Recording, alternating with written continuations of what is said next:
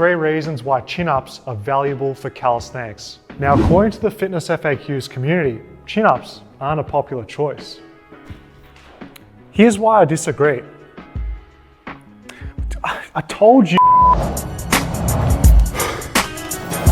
If the goal is bicep development, chin-ups are the superior vertical pull. A 2010 paper compared EMG activity in the biceps using chin-up and pull-up grips. EMG uses electrodes on muscles to infer their motor unit activation. Research shows the biceps have greater activation on chin-ups, with a mean difference of plus 18%. The reason for this higher bicep recruitment is because chin-ups use a supinated grip. Peak torque production or rotational force is higher when the palms face our body. If you're someone who has weak or small bicep muscles, chin-ups are a must. This compound exercise prioritizes bicep recruitment. What makes the chin-up shine is the potential for progressive overload long term. Bodyweight reps can be used in a variety of ways to increase bicep size. You can definitely pump out high reps to expose the biceps to a large volume of work. You can manipulate tempo with slow negatives to raise time under tension.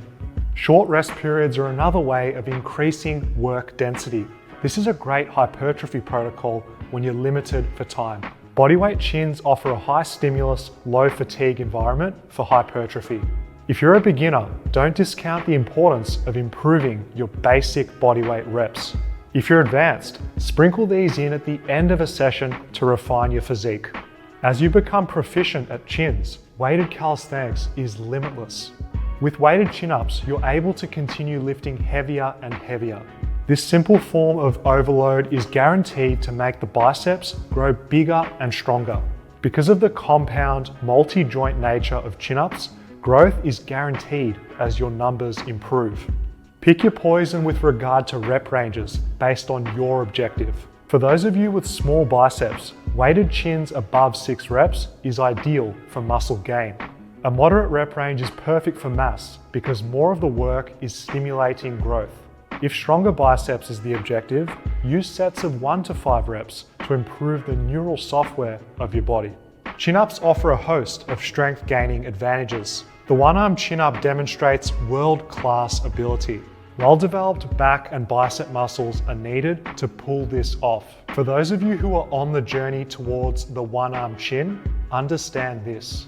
We need to follow the SAID principle to unlock advanced calisthenics. SAID stands for Specific Adaptations to Imposed Demands. In plain English, strength gains are specific to the exercise we train. The absolute strength gained using weighted calisthenics translates nicely to one-arm chinning. The unique benefit of supinated pulling happens at lockout, chin above bar. Thanks to the chin-up grip, we're able to effectively pause at end range, dominating the lockout phase. By ending each rep with a consistent technique, progress is reliable and repeatable. The details of exercise form may seem trivial, but in reality, they really matter if you're serious about improving. We want our progress to be happening through a full range of motion. No compromises, no cheating. Getting a pause at the top provides 2 benefits for our chin-ups. First, we're solidifying strength above the bar, which is a sticking point for higher intensity chinning. Second, we're taking the biceps through full elbow flexion to optimize the hypertrophy response. The biomechanics involved with supinated chins make them the optimal variation for training the lockout phase. The underrated advantage of chin-ups is what I call grindability. When training close to failure, different grips have different results. Our final reps on chin-ups can be grinded out with strict form. The rep speed slows down, but we can finish the rep without cheating. That's high grindability. This makes progressive overload with higher intensity training a possibility. Being able to improve on compound exercises is essential. That's what makes chin-ups the GOAT. A disadvantage of pull-ups is that they have a low grindability. Success relies on explosive power from the bottom to complete the reps. As we fatigue or near failure, range of motion suffers or momentum is used to finish pull-ups. There's a temptation to cheat when using higher intensity pronated pulls. This isn't ideal. It's hard to tell if we're progressing based on strength or simply getting better at kipping. Be mindful of the biomechanical limitations of pronated pulling and the impact on sustainable strength development. What's your favorite variation? Pull up, chin up, or both? Comment below. Exercise variation is key for everyone training calisthenics. Switching grips in a methodical way is the smartest approach. Incorporating a variety of pulling techniques provides the best of all worlds. Subtle changes in grip emphasizes different aspects of the arm, shoulder, and back muscles. Minor tweaks with technique changes the biomechanics and resulting strength gain. The main argument for variation is to force progress. The human body is highly adaptable. This is a blessing and a curse. If we're disciplined and consistent with training one pull pattern, it will get better. However, if we only use one grip year after year, stagnation is inevitable. Regardless of the technique, our body adapts to the stimulus, making it hard to improve. This is where exercise variety is a valuable solution for everyone watching.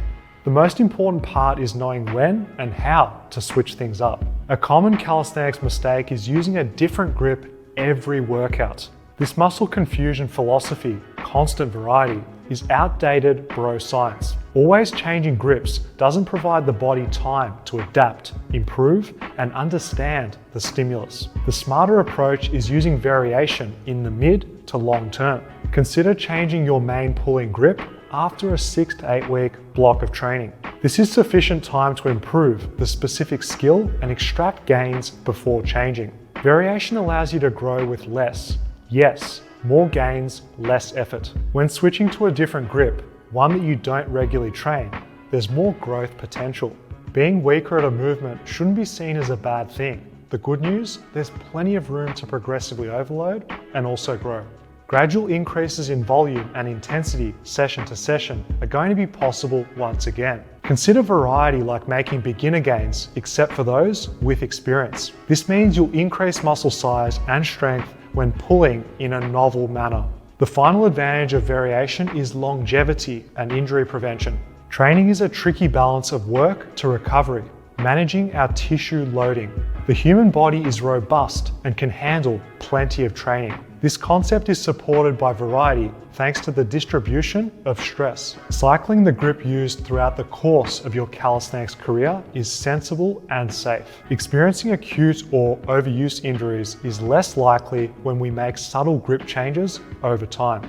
Those of you who experience pain would benefit from periodic variety to mitigate tissue loading issues. The psychological advantage of variety is huge and should be respected. Undergoing another period of improvement is deeply satisfying, igniting the spark to train with passion. Planned variety is productive. Random variety is senseless. I think we can all agree that there's value in cycling through a combination of pulling grips. The key is choosing a technique which suits your body type, your training objectives, and of course, your preference. See you guys soon on Fitness FAQs.